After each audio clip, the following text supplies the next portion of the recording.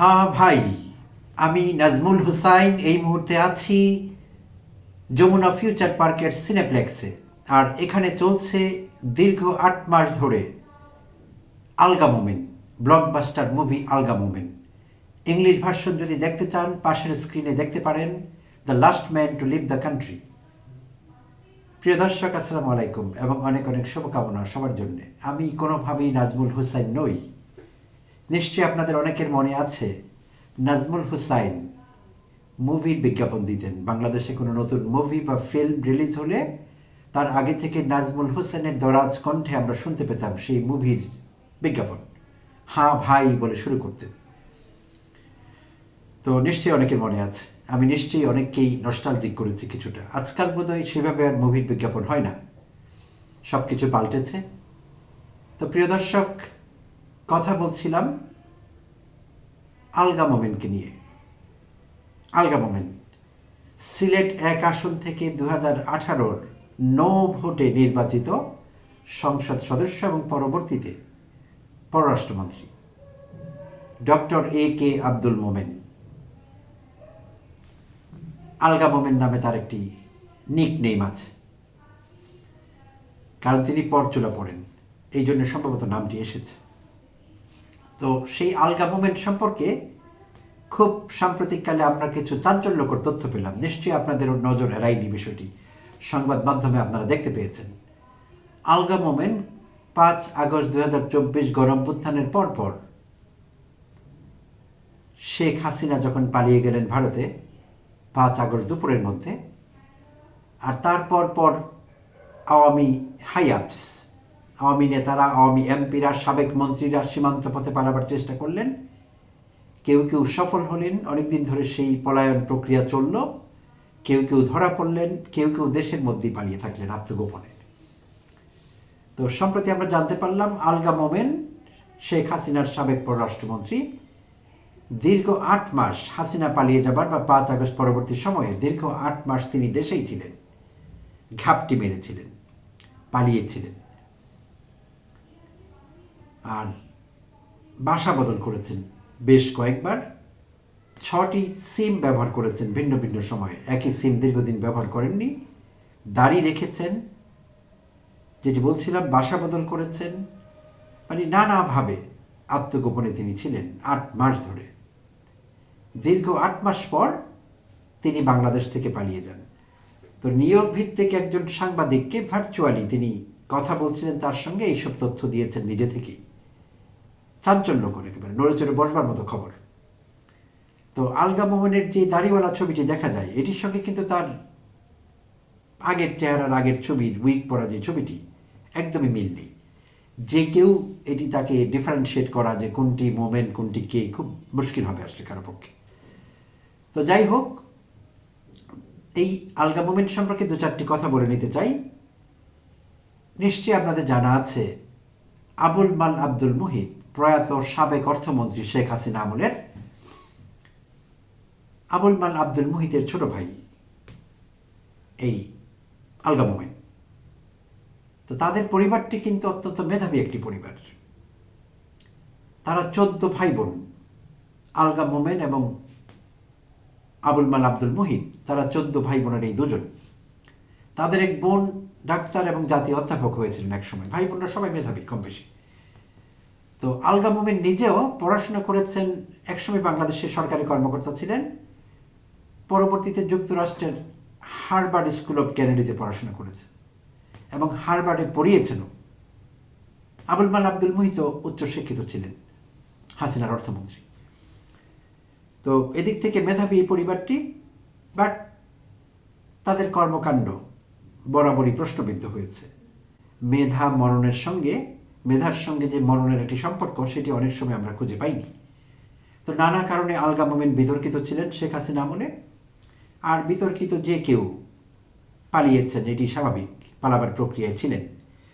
তো আলগা মোমেন নিউ ইয়র্কের সাংবাদিককে তার নিজ জবানিতে কি বলছিলেন, মানবজীবন পত্রিকাটি সাক্ষাৎকার নিয়েছে।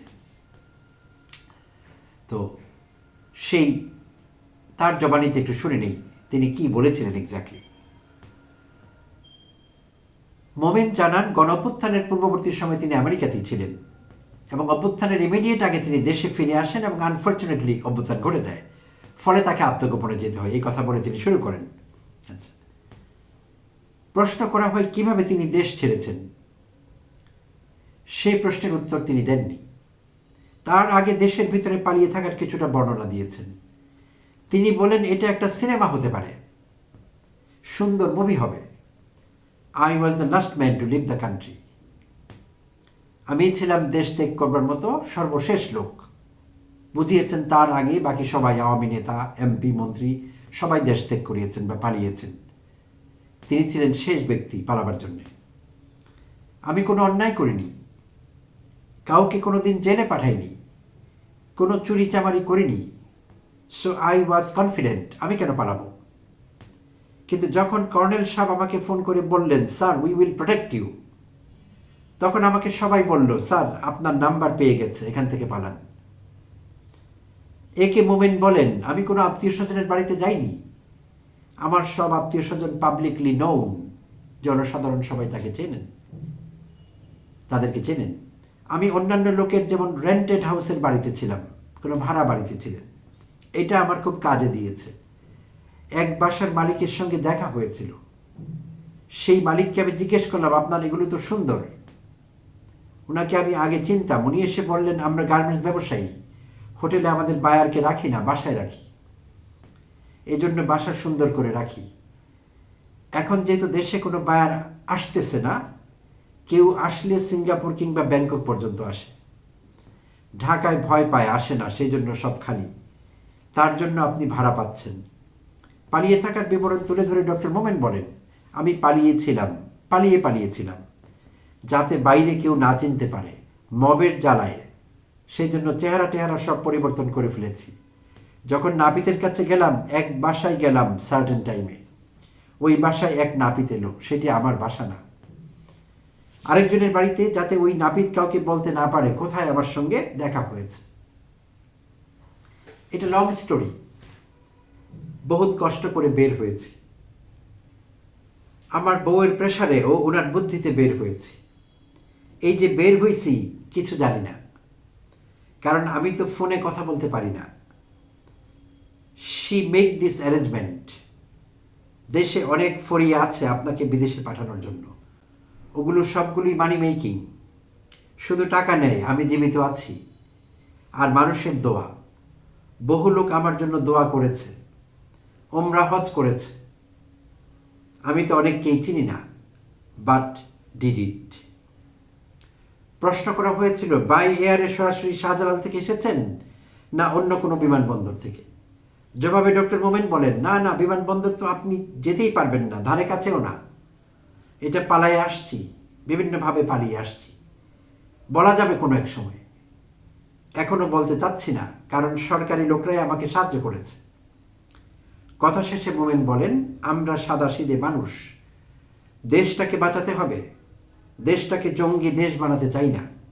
এ ব্যাপারে সবার উদ্যোগ নেওয়া দরকার। প্রিয় দর্শক, এতক্ষণ যা বলছিলাম তাতে কারো হয়তো মোমেনের প্রতি সহানুভূতি জাগতে পারে।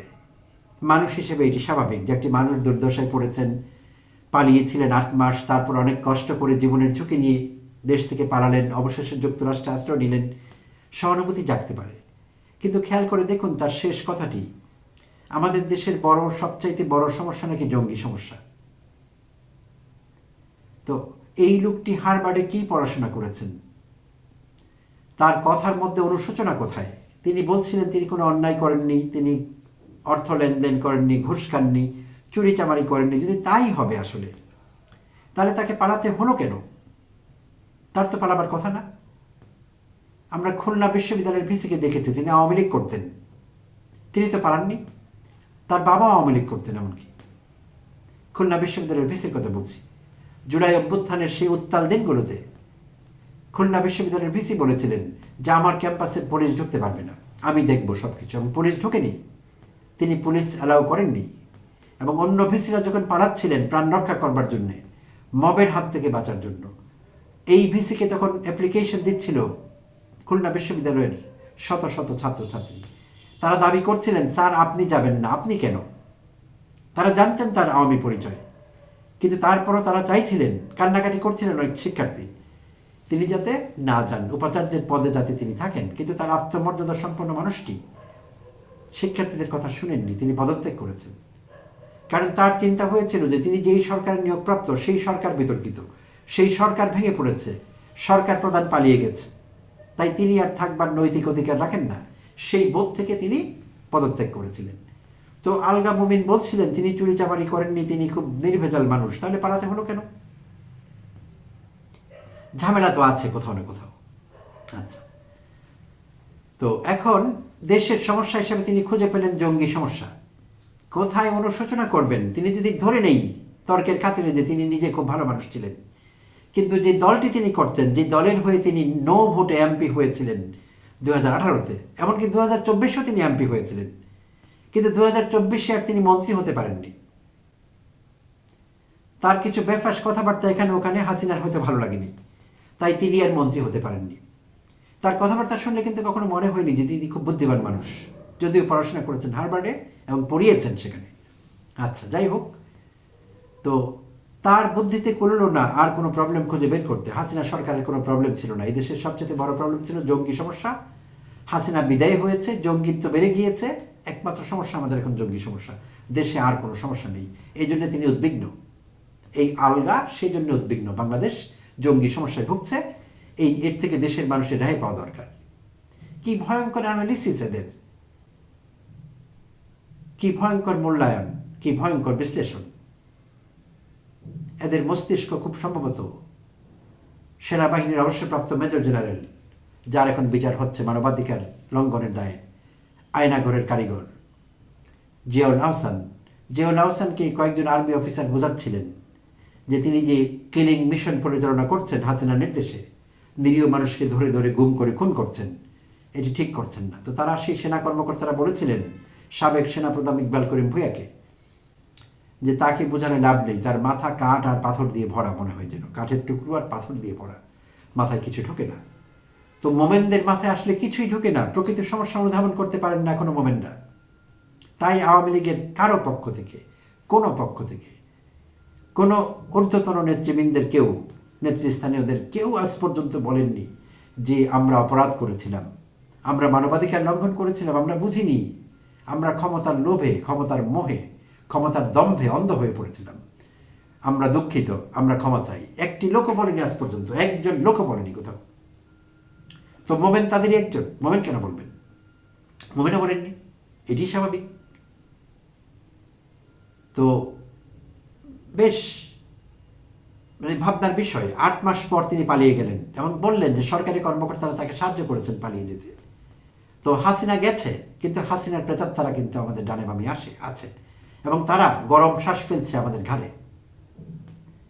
সো সবাইকে সতর্ক থাকতে হবে, সরকারকে সতর্ক থাকতে হবে, সবাইকে সতর্ক থাকতে হবে। হাসিনা গেছেন, কিন্তু হাসিনার অসংখ্য বাই প্রোডাক্টস রয়ে গেছেন, তারা ক্রমশই বংশ বিস্তার করছেন এখানে ওখানে। কারণ 8 মাস পর গণ অভ্যুত্থানের মোমেনকে পালিয়ে যেতে সাহায্য করলেন কারা এবং নিরাপদে, কিভাবে, কোন রাস্তায়? তো এই বিষয়গুলো সরকারের আমলে নেওয়া দরকার। আর মোমেন যেহেতু নিজেই বলছিলেন যে একটি মুভি হতে পারে আমার এই পালিয়ে যাওয়ার কাহিনী, বাংলাদেশে আত্মগোপন। তো আসলেই আমি একসময় চলচ্চিত্রের সঙ্গে যুক্ত ছিলেন, এখন কন্টেন্ট ক্রিয়েট করেন মালেক আফসারী সাহেব। তো মালেক আফসারী সাহেবকে অনুরোধ করবো, তিনি তো ফিল্ম মেকার, এই আলগা মোমেনকে নিয়ে একটি ফিল্ম তিনি বানাতে পারেন বা অন্তত চিন্তা করতে পারেন, তার লাইনের লোকদের নিয়ে কথা বলতে পারেন। আমি জানি না তিনি রিটায়ার করেছেন কিনা, চলচ্চিত্র বানাবার কাজে এখনো যুক্ত আছেন কিনা, থাকলে বা না থাকলেও তাকে নিয়ে একটি ব্লকবাস্টার তিনি বানাতে পারেন এবং আমার বিশ্বাস এটি একটি ব্লকবাস্টার হতে যাচ্ছে। বাংলা এবং 2 ভাষণে মুক্তি দেওয়া যেতে পারে। বাংলায় হলে হবে আলগা মোমেন, আর ইংরেজিতে হবে the last person to leave the country. প্রিয় দর্শক, যদি এমন কিছু হয়ে যায় আমরা অবাক হব না, এবং তখন আমি সিনেমায় গিয়ে বা প্রেক্ষাগৃহে গিয়ে এই মুভিটি দেখব। কমেন্টে জানাবেন এই মোমেনের পলায়ন, আত্মগোপন, এই বিষয়ে আপনারা কি ভাবছেন। এবং সরকারি কর্মকর্তাদের মধ্যে এখন এমন লোক আছেন যারা কাউকে পালিয়ে যেতে, আওয়ামী রেসপন্সারদের, আওয়ামী বাকশালীদের পালিয়ে যেতে সাহায্য করছে। ধন্যবাদ সঙ্গে থাকবার জন্য, ভালো থাকবেন, কথা হবে আবারও অন্য কোনো এপিসোডে।